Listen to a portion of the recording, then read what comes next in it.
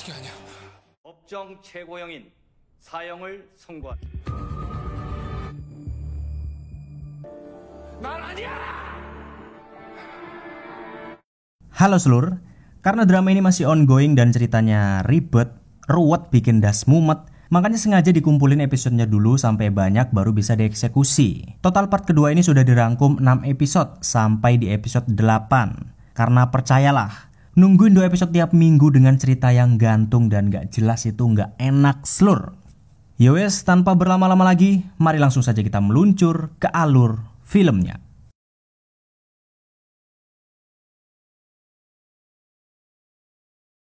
Di episode terakhir kemarin kita sudah melihat kalau Tae-oh lebih memilih persahabatannya dengan Kang In-ha ketimbang mendahulukan perasaannya kepada Hee-won. Yang pada akhirnya semuanya pun berakhir baik-baik saja. Rencana Tae-oh dengan In-ha masih tetap berjalan sesuai rencana.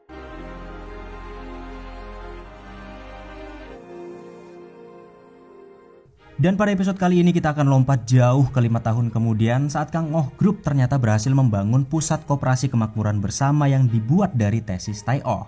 Kini Kang Oh Group benar-benar semakin jaya, semakin mendunia berkat pusat koperasi tersebut. Sebagai rasa terima kasih, Tae-oh sendiri diangkat menjadi bagian dari Kang Oh Group karena karyanya tersebut. Namun yang tidak diduga, ternyata ketua Kang Jung-mo rupa-rupanya sudah mengetahui kalau sebenarnya Tae-oh adalah mata-mata alias penyusup di Kang Oh Group. 육성팀에서 근무하는 한태호라고 합니다. 난 이상적인 오너가 아니라는 뜻이군. Ternyata ketua Kang ini sangat cerdik dan sangat hebat dalam menganalisis semua yang ada di dekatnya, termasuk niatan Tae-oh. Dan untuk mengendalikan Tae-oh sendiri agar tunduk dan patuh kepadanya, ketua Kang membuka kartu as yang selama ini disembunyikan olehnya, yakni tentang ayah Tae-oh yang seorang pembunuh. Rupa-rupanya ketua Kang juga mengetahui kalau Tae-oh sedang berusaha menyembunyikan ibunya dan hendak membunuh ayahnya suatu hari nanti. Dan karena semua tindak tanduknya sudah diketahui, akhirnya Tae-oh pun nurut manut kepada ketua Kang. 적어도 네 본체를 숨기는 법부터 배워. 네가 충분한 능력자라는. 새겨 듣겠습니다, 회장님. 존재인 것입니다. Setelah bergabung dengan Kang Oh Group, Tae-oh yang kini menjadi sekretaris ketua Kang pun mendapatkan tugas untuk mengawasi proyek baru mereka, yakni membangun kota baru bernama Proyek Royal Road. Proyek ini dibangun semata-mata untuk menambah aset bagi Kang Oh Group dan juga tentu untuk membuktikan kepada dunia kalau Kang Oh Group sendiri adalah perusahaan yang sangat hebat di seluruh dunia. Namun pada perjalanannya ternyata proyek Royal Road ini harus terhenti di tengah jalan sebab musuh politiknya yang bernama Jo Sundong memenangkan pemilihan untuk menjadi ketua partai yang bisa mengelola proyek Royal Road. Dan yang mengejutkannya, ternyata menangnya Jo Sundong adalah karena pengkhianatan dari salah satu putranya, yakni Kang Sung-ju dan juga istrinya. Rupa-rupanya mereka berdua sengaja untuk menjatuhkan ketua Kang agar bisa mengambil alih Kang Oh Group dengan cara licik. 상수가 아니라 조선동이라니. 조선동이라니.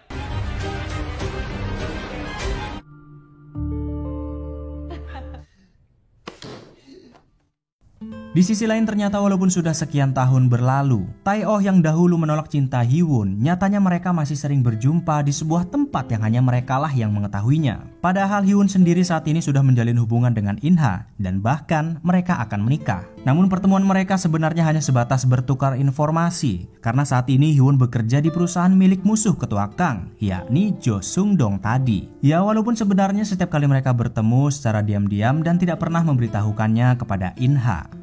내가 아니라 우리가 미리 알고 있었던 거지? 난 그저 조심하자는 뜻이었어.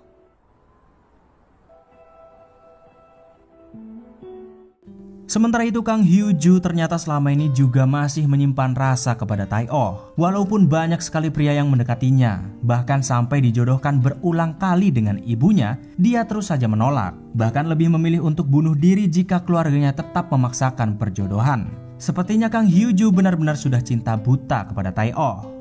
나도 엄마처럼 불행하게 살길 원해? 말버릇.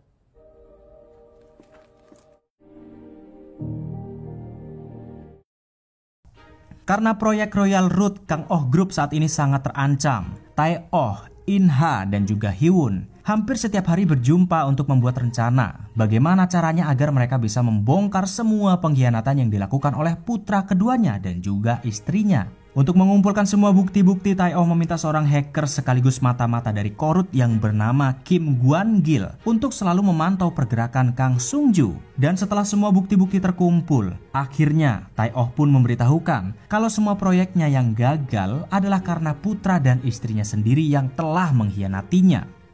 강성주 부사장님이고요. 네. Setelah mengetahui kalau putra dan istrinya sendiri berkhianat, Ketua Kang mengadakan sebuah rapat dadakan untuk semua direksi Kang Oh Group. Rupa-rupanya Ketua Kang tidak semerta-merta marah kepada putranya itu karena sudah berkhianat. Ketua Kang yang sangat cerdik memberikan sebuah beban tambahan kepada putranya tersebut agar jatuh secara perlahan sebagai hukuman. Di mana Kang Sung-ju diminta untuk mengelola penjualan saham Kang Oh Group yang saat ini sedang rusak. Ditambah lagi Ketua Kang mengambil alih pusat koperasi kemakmuran bersama di bawah kepemimpinannya dan mencopot jabatan Kang Sung-ju sebagai hukuman tambahan. Dan tentu semua beban itu pun membuatnya jadi stres. 좀 그랬나요? 강성주 부사장.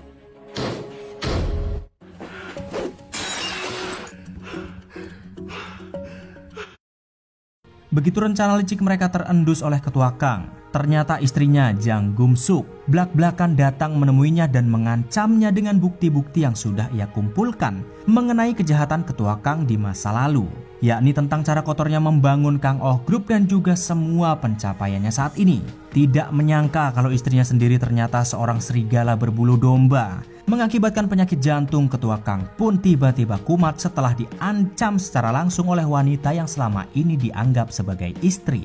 제대로 보여주지.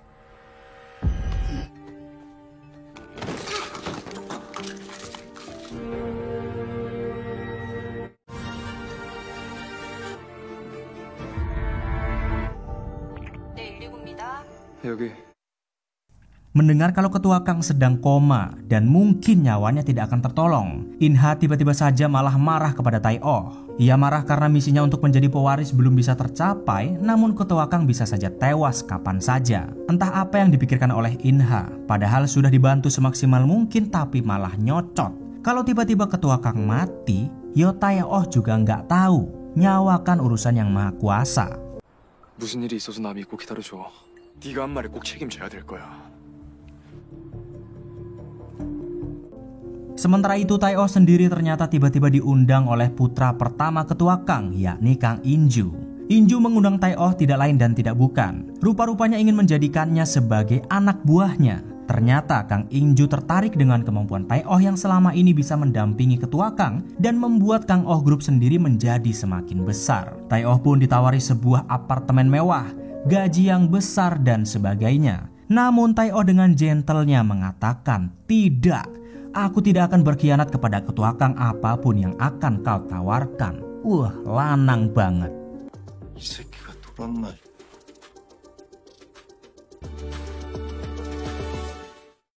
Setelah menolak tawaran Kang In-ju, Tai Oh pun kembali ke rumah sakit dengan Ketua Kang yang saat itu sudah sehat walafiat. Rupa-rupanya selama ini Ketua Kang tidak pernah sakit sama sekali, alias penyakit jantungnya itu hanyalah bohong belaka. Tentu semua itu Ketua Kang lakukan untuk bisa mengelabui dan mengetahui sifat asli dari istri dan anak-anaknya. Karena saat ini ia tahu kalau tidak ada yang bisa ia percayai dan proyeknya Royal Road akan terbengkalai. Dan tentu Tai Oh pun mencoba mengambil kesempatan tersebut untuk memasukkan In-ha.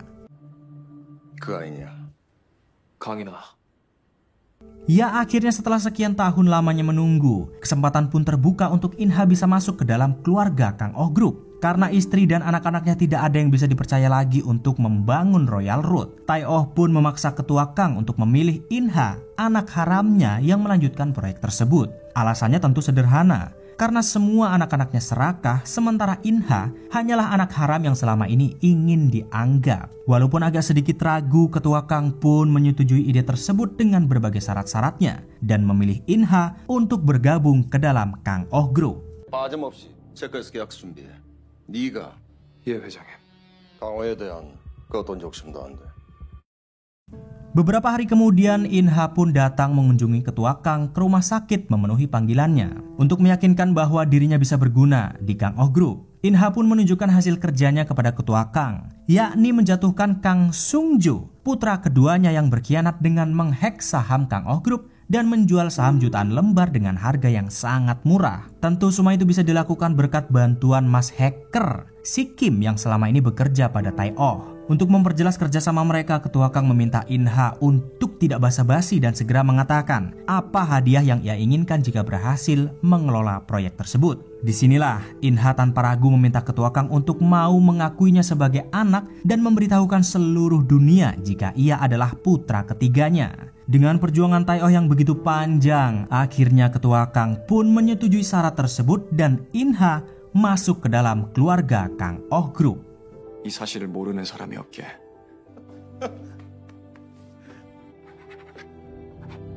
되셨습니까, 아버지?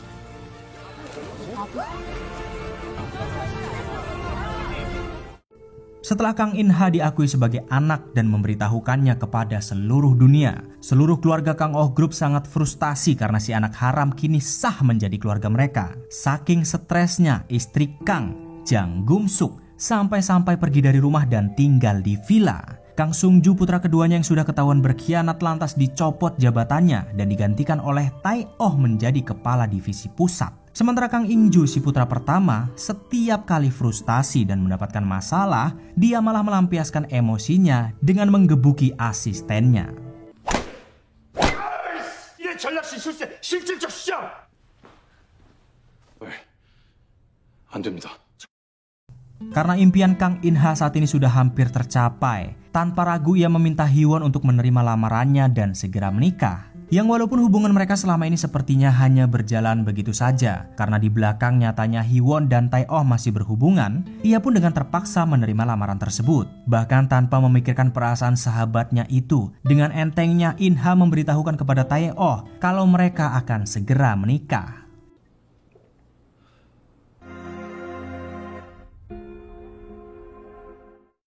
Tidak berapa lama kemudian setelah In-ha sah menjadi keluarga Kang Oh Group, Ketua Kang memintanya untuk menjadi perwakilan bersama Tai-Oh menjual salah satu perusahaannya, yakni Kang Oh Tech One. Tentu penjualan Kang Oh Tech adalah untuk menjadi penyokong dana tambahan bagi proyek Royal Road. Namun seperti bocah gegabah yang tidak punya arah, In-ha malah dengan sembrononya memasukkan orang lain menjadi timnya untuk menjual Tech One, yang padahal perusahaan tersebut adalah salah satu rahasia milik Kang Oh Group. Tai-Oh pun mencoba memperingatinya, namun In-ha tidak pernah mau mendengarkan. 긴장 풀어. 저 친구들 내 최고의 파트너들이야. Hingga pada sampai di hari H, negosiasi penjualan pun diadakan dengan sang calon pembeli. Dia bernama Ko Hyu-chan. Sebenarnya Hyu-chan ini adalah lelaki yang selama ini dijodohkan dengan Kang Hyu-ju, namun ditolak olehnya. Tentu karena dia bukan pria yang baik dan juga sangat begundal. Wataknya pun bisa dinilai saat sedang negosiasi ini.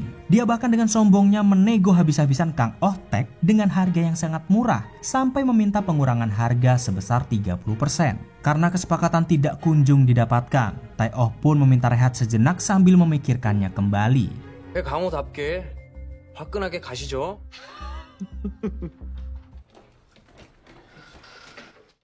Karena tidak ingin dianggap gagal oleh Ketua Kang, In-ha yang memang sangat gegabah malah mempunyai ide yang sangat buruk dan curang untuk bisa menjual Kang Oh Tech. In-ha mencoba menipu Ko Hyu-chan dengan mengatakan kalau Kang Oh Tech telah bekerja sama dengan perusahaan luar negeri yang sedang mengembangkan sebuah teknologi canggih. Tentu Tai-Oh pun menolak cara licik tersebut karena jika ketahuan, maka Kang Oh Group akan hancur. Namun lagi-lagi In-ha tetap saja ngeyel dan tidak mau mendengarkan Tai-Oh. 결과가 말해주겠지. 세상에 대가 없는 편법은 없어. Benar saja, setelah menjual Kang Oh Tech dengan kebohongan, Ketua Kang yang mengetahuinya pun murka bukan main kepada mereka, terlebih lagi kepada Tai-Oh karena ia yang dipercayakan untuk membimbing In-ha. Namun karena In-ha memang sangat ngeyel dan dablek, sampai-sampai Tai-Oh yang malah harus kena gampar. Entah apa yang ada di benak In-ha. Setelah melakukan kesalahan sebesar itu, bukannya meminta maaf, dia malah seperti menyudutkan Tai-Oh dan melempahkan semua kesalahan kepadanya. 그만 가봐. 예. 철저히 단속해. 네. karena tidak ingin persahabatan mereka rusak. Yang walaupun sebenarnya In-ha yang dablek dan sembrono, Tai-oh tetap mencoba berbicara kepadanya dan meyakinkannya kalau semuanya pasti akan baik-baik saja. Ya, karena Tai-oh sudah berbicara dengan ketua Kang untuk memaafkannya dan memberikan kesempatan, Tai-oh pun meminta In-ha untuk segera menemui ketua Kang karena ada yang mau dibicarakan. 얼른 가봐.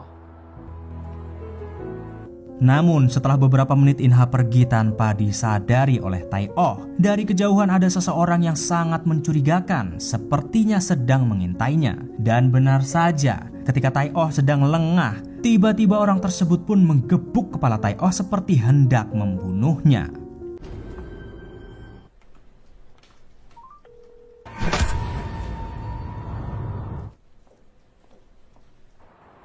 여보세요? Setelah penyerangan tersebut, beruntungnya nyawa Tai-oh masih bisa terselamatkan berkat Hee-won yang berhasil menemukannya. Kabar Tai-oh diserang pun membuat semua orang geger, apalagi ketua Kang. Semua orang pun bertanya-tanya, siapa dan kenapa tiba-tiba Tai-oh diserang. Namun di saat semua orang sangat khawatir kepadanya, entah kenapa In-ha malah meminta pihak kepolisian untuk tidak menyelidiki kasus tersebut dan biarkan sajalah pelakunya berkeliaran di luar sana. Katanya sih demi nama baik Kang Oh Group. Namun benarkah apa yang dikatakan oleh In-ha? Entahlah. 가지마. 강호가 거론되는 일은 없어야 됩니다. Di saat semua orang sedang sibuk dengan urusannya masing-masing, Hee-won lah yang masih setia kepada Tai-oh dan selalu menemaninya. Dan tanpa sengaja saat mereka sedang bercengkraman tangan, tiba-tiba Kang Hyo-ju malah memergoki mereka dan tentu langsung nyolot kepada Hee-won. Gimana nggak nyolot? Hyo-ju pasti sangat cemburu melihat mereka berdua bergandengan tangan. 당신이 왜 여기 있어? Ketika Hee-won sudah pergi, Hyo-ju pun mencoba memperingati In-ha untuk tidak terlalu percaya kepada Hee-won. Selain karena cemburu, sepertinya Hyo-ju mengetahui kalau mereka mempunyai hubungan tersembunyi. Namun In-ha tidak menggubris ucapan adiknya itu dan memintanya untuk segera pulang. Yang ternyata In-ha sendiri sebenarnya sudah mengetahui kalau mungkin Tai-oh dan Hee-won masih saling menyukai. 난 그런 거 안 해. 태호야. Dengan berpura-pura tidak tahu hubungan mereka, In-ha menemani Tai-oh di rumah sakit sampai ia terbangun. Begitu Tai-oh bangun, ia pun mengatakan kalau kasusnya sudah ditutup dan tidak akan diselidiki siapa pelakunya. Tentu mendengar hal tersebut, Tai-oh pun sangat murka kepada In-ha. Bahkan saking murkanya dan tidak terimanya, Tai-oh yang masih sempoyongan pergi menemui ketua Kang untuk mengatakan, walaupun kalian mencoba menutupi siapa pelakunya yang mungkin saja orang dalam dari Kang Oh Group, Tai-oh akan tetap mencarinya meskipun harus menjadikan Kang Oh Group sebagai musuhnya. 어떤 경우에도 강호 이름이 거론돼서는 저 한태호입니다, 회장님. Karena tidak ada orang dari Kang Oh Group yang bersimpati dan mau membantunya, Tai-oh terpaksa pergi ke tempat Kim, sang hacker, untuk meminta pertolongan. Dengan memberikan lokasi dan jam kejadiannya, Tai-oh meminta Kim untuk mencari siapa pelakunya, tidak peduli bagaimanapun caranya. Karena pada kenyataannya Tai-oh yakin kalau dalangnya adalah salah satu orang dari Kang Oh Group. 장소는 한강공원 자만지고 날 습격한 놈이 누군지. Sementara itu, setelah mengetahui kalau In-ha adalah orang yang meminta pihak kepolisian untuk menghentikan penyelidikan, Hee-won pun melayangkan protes kepadanya. Tentu tidak etis rasanya ketika sahabatnya sendiri hampir tewas. Namun In-ha malah sepertinya tidak peduli sama sekali kepada Tai-oh. Dengan beralasan kalau dia hanya menjaga nama baik Kang Oh Group, In-ha pun mengatakan, ya sudahlah, lupakan saja. Toh Tai-oh juga masih hidup. Mendengar ucapan itu keluar dari cocotnya In-ha, Hee-won pun jadi murka karena seolah-olah dia tidak tahu diri dan tidak tahu diuntung. Sudah dibantu untuk mencapai keinginannya, malah tidak peduli hidup dan matinya Tai-oh. Namun apakah kalian tahu jawaban In-ha? Dengan bangsulnya In-ha mengatakan dia tidak peduli kepada Tai-oh karena menurutnya Tai-oh hanyalah seekor anjing kampung. Wah. Gak tahu diri memang si bangsul In-ha ini. 그냥 길거리 개야. 내가 잠시 잊고 있었네. 너도 강 회장 아들인 거. Tanpa menunggu lama, si hacker Kim pun segera mencari siapakah orang yang telah mencelakakan Tai-Oh. Dengan keahliannya yang sangat TOP BGT, Kim berhasil mengakses seluruh CCTV yang ada di sekitar TKP. Setelah diperiksa dengan sesama, akhirnya ia pun menemukan orang tersebut. Dan ternyata, pelaku yang hendak membunuh Tai-Oh waktu lalu adalah asisten Kang In-ju. Finalmente lo preso.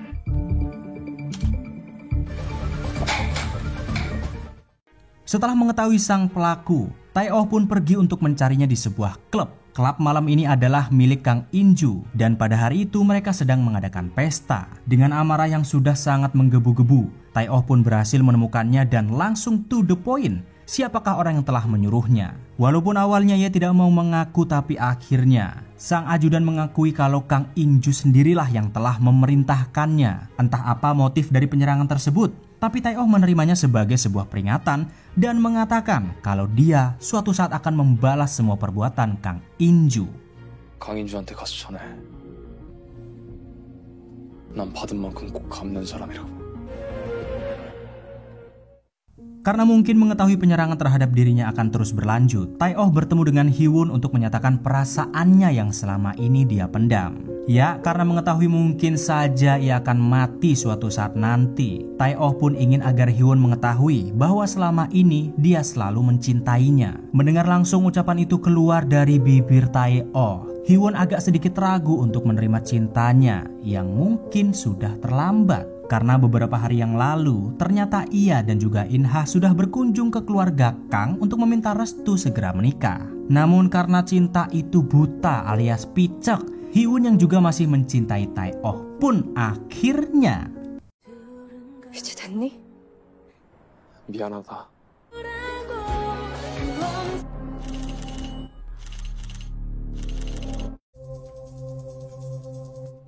내가 원하던 그림.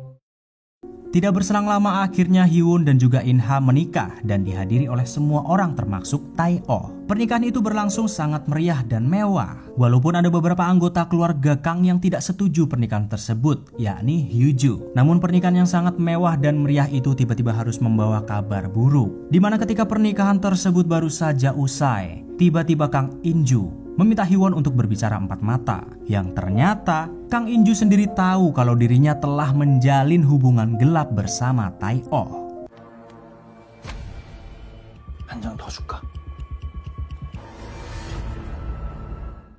Setelah mengetahui kalau ternyata ada orang yang tahu hubungan gelap mereka, Tai-Oh pun mendatangi Kang In-ju untuk memintanya bungkam. Ternyata Tai-Oh tidak bodoh memintanya tutup mulut begitu saja. Kalau Kang In-ju punya bukti foto yang mungkin bisa membunuhnya. Tai-Oh juga punya kartu as yang bisa digunakan untuk menghancurkan Kang In-ju, yakni sebuah kejahatan yang selama ini dilakukan olehnya. Di mana ternyata Tai-Oh sudah mengetahui kalau Kang In-ju adalah seorang bandar narkoboy dan juga mempunyai banyak bisnis gelap tanpa sepengetahuan ketua Kang. Tentu apabila kebusukannya sebagai bandar narkoboy terekspos ke publik, sudah barang tentu Kang In-ju pasti akan dijatuhi hukuman mati.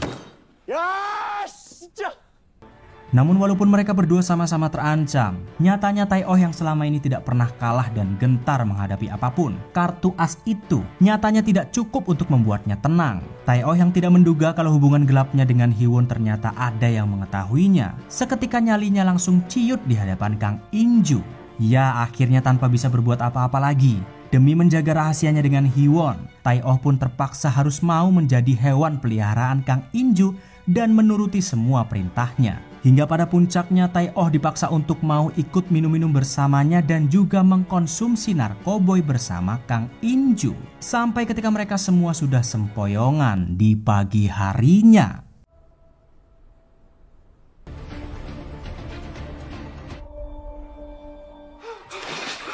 뭐지?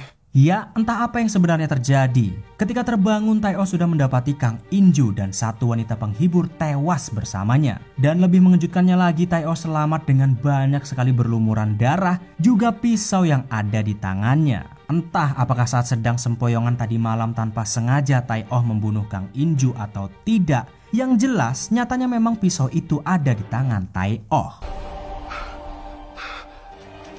이건 내 방식이 아니야.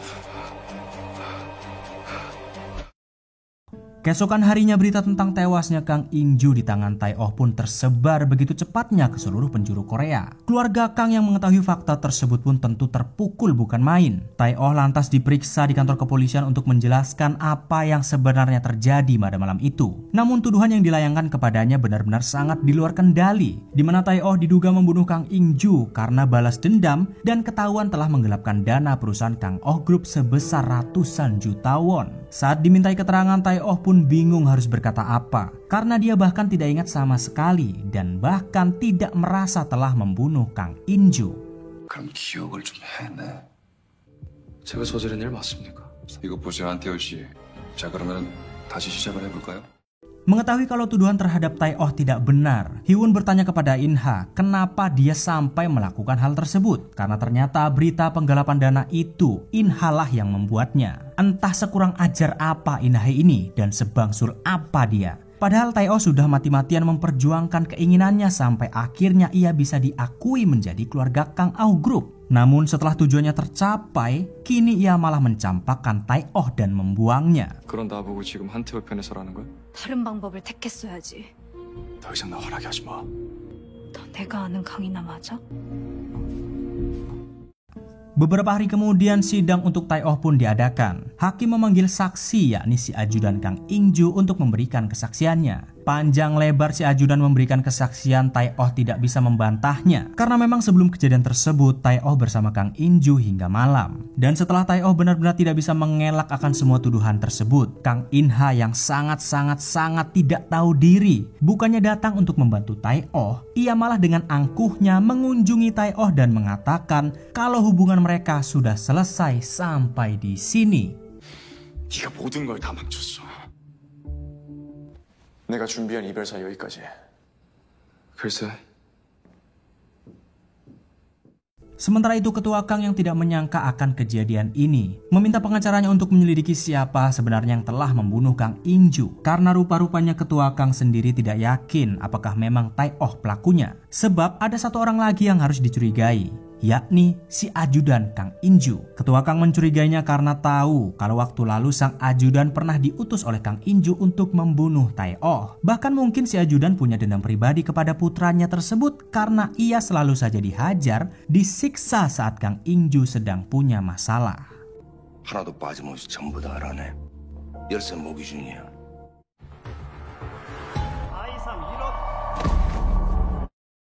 Dari dalam penjara sendiri, Tai-oh yang sudah pusing harus bagaimana lagi untuk membuktikan bahwa dirinya tidak bersalah, lantas memohon kepada dokter di penjara itu untuk mengizinkannya menelpon secara diam-diam. Tai-oh mencoba minta bantuan Hee-won untuk mau membantunya tanpa sepengetahuan In-ha. Tai-oh memintanya untuk datang ke tempat si hacker Kim karena saat ini hanya dialah yang bisa mencari tahu siapa sebenarnya yang telah membunuh Kang In-ju. 한태호 씨 부탁으로 왔어요. Begitu bertemu dengan Tai-oh di penjara, si hacker Kim ternyata menolak membantu karena dia tidak ingin terlibat lebih jauh lagi. Namun karena Tai-oh mengancam akan membongkar kartu asnya jika tidak mau membantunya, Kim pun akhirnya mau menolong untuk terakhir kalinya. Dan ternyata di sini Tai-oh meminta Kim untuk mencari tahu siapa sebenarnya ajudan Kang In-ju, di manakah dirinya saat pembunuhan itu terjadi dan apa yang sedang dia lakukan. Rupa-rupanya Tai-oh menduga kalau si ajudan Kang In-ju lah dalang di balik pembunuhan tersebut. 나를 죽이기라도 할락이니? 나한테 시간이 별로 없어. 길에서 알고 싶은 게 뭐이가? 92년생 모기주. Hingga setelah perintah diberikan kepada si hacker Kim, persidangan yang untuk sekian kalinya diadakan demi menimbang apakah Tai-oh bersalah atau tidak. Dan setelah semua bukti memang mengarah kepadanya, serta pembelaan yang tidak bisa dibuktikan, akhirnya Han Tai-oh pun dijatuhi hukuman penjara seumur hidup. Betapa sialnya Han Tai-oh setelah memperjuangkan nasib In-ha, dan setelah In-ha mendapatkan apa yang ia mau, Tai-oh malah ia buang begitu saja dan dibiarkan membusuk di dalam penjara. Namun siapakah sebenarnya yang telah membunuh Kang In-ju? Apakah benar si ajudan yang telah menjebak Tai-oh? Atau malah Kang In-ha sendiri yang cemburu karena diam-diam dia mengetahui di belakangnya Hee-won masih menjalin hubungan gelap bersama Tai-oh? Jadi kira-kira siapakah pelakunya? Mari kita cari tahu di episode selanjutnya.